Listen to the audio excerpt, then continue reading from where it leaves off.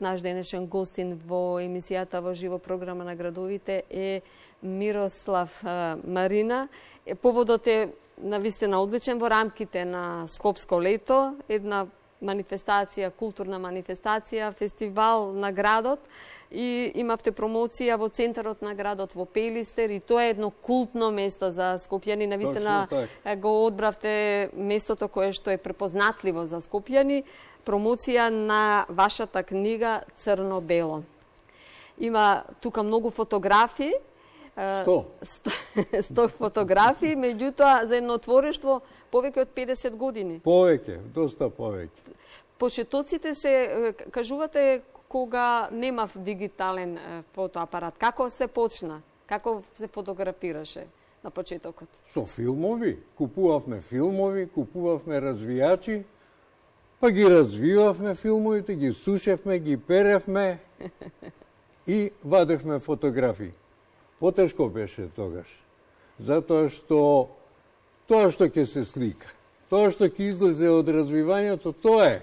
Многу малку можеше да се интервенира. Меѓутоа, па може би во тоа има историјата. Јас сега ќе се послужам со искуство од вас фотографите. На таа фотографија, како велиме, нема дотерување на фотографијата? За секоја фотографија, сега и за дигиталната важи, ако е добро сликана, многу малку треба дотерување. Може светлото малку да се зголеми, да се намали, форматот и така натаму. Меѓутоа, мора да е добро усликана, добро изострена, со добри параметри. Тогаш лесно се прави. А тогаш беше многу интересно. Многу интересно беше. Во темна комора, на малку црвено светло, со проби, со друго, меѓутоа тоа е задоволството. Тоа е задоволството што ве држи повеќе животен сопатник ви е фотографијата, колку можам да забележам. Би сакала за книгата да се осврнеме. Кажувате 100 фотографии, од колку избор на фотографии? Беше ли тежок изборот? Навистина, тука може да се види хронолошки се портрети, нели? Па портрети, чисти портрети и портрети во амбиент. Со тоа што има едно така, 7-8%, кога сум патувал, ево детно што е сликано по пат нешто, меѓутоа луѓето со нивните изрази, карактери, личности, тоа ми е главното. Тоа ме интересира и понатаму ми интересира тоа. Имате тука и фотографии, како велиме, некои веќе и не се присутни на овој свет, меѓутоа фотографијата па еден документ што станува за навек. Па таа првата фотографија што е тука со таа жената, не. Да, сега ќе отвориме, да. Еве, не е таа, не е таа. Не е таа. Ќе ја вратиме. Аха, да, еве ја. Ќе ја покажеме на камерата. Да, тоа е сликано во манастирот Јоаким Осоговски. Која година е ова сликано? Па, која година? Имав 25 години, сега имам 77. Па, направите. Да. Што ве потикна неа да ја фотографирате? Она седеше на прагот на старата црква, малата црква во Јоаким, пиеше ракија од едно шише и плачеше. Прости ми Богородице, прости ми Богородице. Ама ја се пикнав, ја прашав, јаисликав. Потоа ги прашав другите околу, таа имала змија под прагот на куќето, некој село околно, и ја убила. Тоа не смеело, тоа е чувар на куќата. И она бараше прошка за тој грев. Интересно. Сакате да кажете дека секоја фотографија има своја приказна? Па сигурно. Да. Па сигурно, ја ги прашувам луѓето. Ако сака да ми кажат како се викаат, се представувам и јас. И потоа по некои ситни работи прашувам така. 99% од луѓето ми кажуваа. Ја и ден денес, кога сликам така, ќе ги прашам. И многу прифаќат, многу мал број кои ме одбиваат за сликање. Добро, може би секој не сака. Црно-бело. Книгата е црно-бела фотографија со објаснување за фотографијата што сте ја направиле. Зошто се одлучивте црно-бело?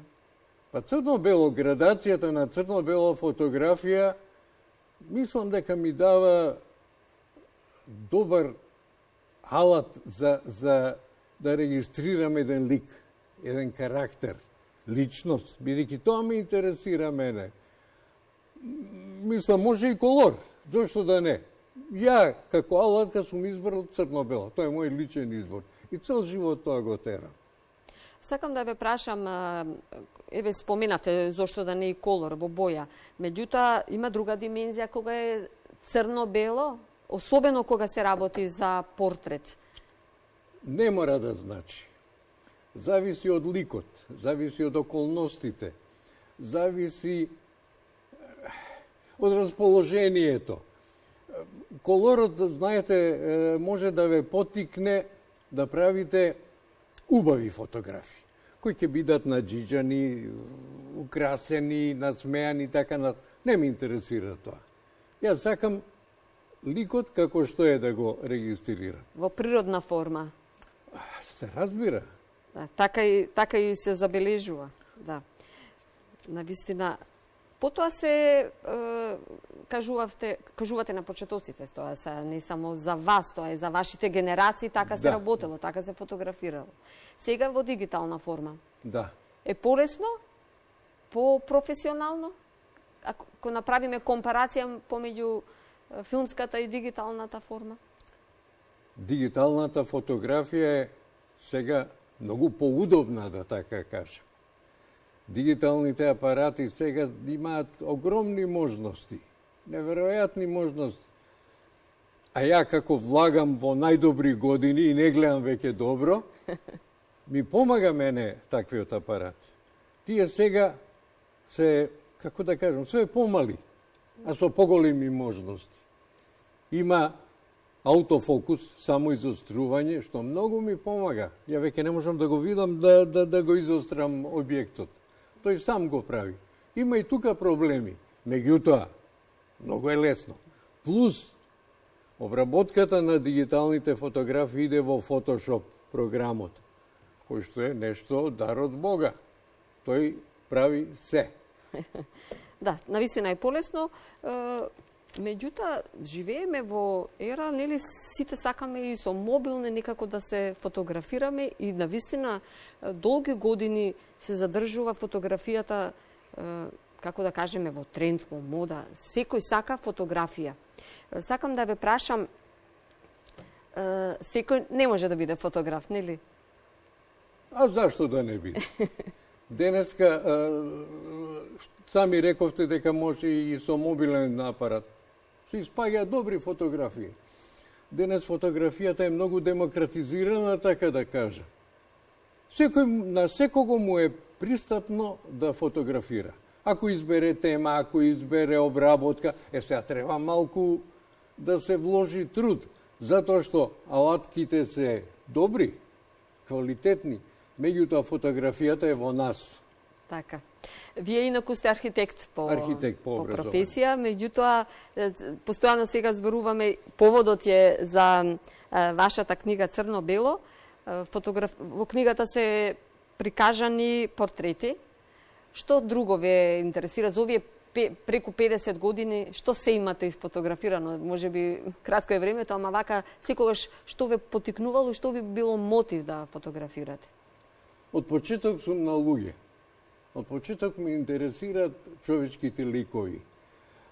Ако прашувате за земјотресот, за тоа, не сум сликал документарна фотографија.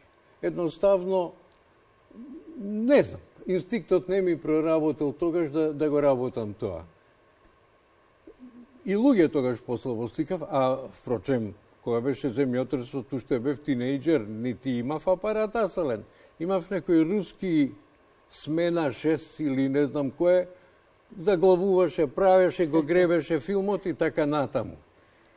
Значи, од мои 24-5 години, кога го набавив првиот вистински апарат, од тогаш имам добри снимки. Скопјане сте, се ближи 26 јули, веќе и вие ја кажавте, ја начнавте темата, секако сакам да ве прашам, Кажавте дека тогаш не фотографиравте, го немате фотографирано Скопје, Па не, јас земјотресно? Всушност и не бев во Скопје на самиот ден на земјотресот, туку дојдов неколку дена после тоа. Бев во Охрид, со извидници или беа некои младинци или нешто така. Оставивте еден град, кога се вративте рушевини? Па ја не можам да заборавам, со воз дојдов во Скопје, немаше како. И по улиците минував навечер, доцна навечер беше дур да најдам у кои шатори се моите комшии, кај да преспијам. И оначе корење по празните улици, кога ечат чекорите од тој град, тоа не се заборава. Тоа ќе го памтам додека сум жив. Тоа е некоја тишина што говори повеќе од се, нели? Ви оставило... Да. Ви оставило големи траги. Улиците расчистени, меѓутоа од страна куќите паднати беа. Беше тешка работа. Беше тешко и за гледање и за доживување. Ги најдовте? Ги најдов, прашав малку и веднаш ги најдов. Луѓето беа тогаш многу... Како се живееше тие денови во Скопје? Па не бев многу. Не бев многу, бидејќи нашата куќа беше оштетена, семејството се растури, породнини. Татко ми со работата во Велес, ѓака и вујко ми во Белград. Не бевме на едно место. Дури пролета наредната година, кога добивме свестување, се вратив во градот. Значи, добро, периодот на подземјотресно Скопје, кога се градел, прво требало да се расчистат урнатините, па потоа да се гради, подолг период не сте биле. И навистина, сакам да ве прашам, пред земјотрес, но и веќе кога сте се вратиле пролета, градот се разликуваше, како се живееше предходно и после? Сосема различно, друго беше. Сосема различно. Пред земјотресно Скопје беше мал град. Ние, тинејџери, кога излегувавме во градот... Каде излегувавте? На Корзо, како? На Скопско Корзо. На Корзо се разбира. Да. Сите се познававме меѓу себе. Макар повидување вака. Границите на градот беа многу мали. Каде живеевте? Па живеевме добро. Не, каде живеевте? Каде? Една уличка меѓу булевар Илинден и Орце Николов. Тоа беше центар на градот. За 5 минути бев на площад на Корзо. Многу интересно и скоро сите стари скопјани така кажуваат. Подобар беше животот до земјотресно Скопје. Поинтимен беше. Поинтимен. Знаете, после кога се протнаа сите оние булевари, сите оние правци големи, одеднаш станавме збунети, туѓи. Добре, почна градот отворен и привлече многу нови жители. Привлече многу жители и се уште се гради и се уште се преширува. Така, па тоа е... Како архитект ви се допаѓали... Тоа е нормално. Бидејќи сте архитект денешно Скопје, ви се допаѓали како се гради, како изгледа една ваша констатација? Денешно Скопје, како да кажеме, резултат на современиот капиталистички живот. Бидејќи вложувањето во објекти, дали стамбени, дали деловни, дали други, мора да донесе профит. Сега, тука се губи малку вниманието на основните урбанистички правила. Знаете, кога се гради куќа, па има простор зелен, па простор за пешаци, па тогаш улицата. Сега нема, сега е на ивицата и нагоре. Така. Навистина, може би, треба да се слушаат, како велиме, насоките од стручњаците, меѓутоа, некако урбанизацијата, профитот, набиеноста на, како велиме, на многобројноста на жителите и некако се менува. Не мора да значи. Законите на градење, урбанистичките закони се природни закони. Тоа не е сега измислено. Тоа е направено за да се живее поудобно и градот да се развива како треба. Така да, Ке дојде време и тие ќе се применат. Така. Како што почнавме, така и ќе завршиме.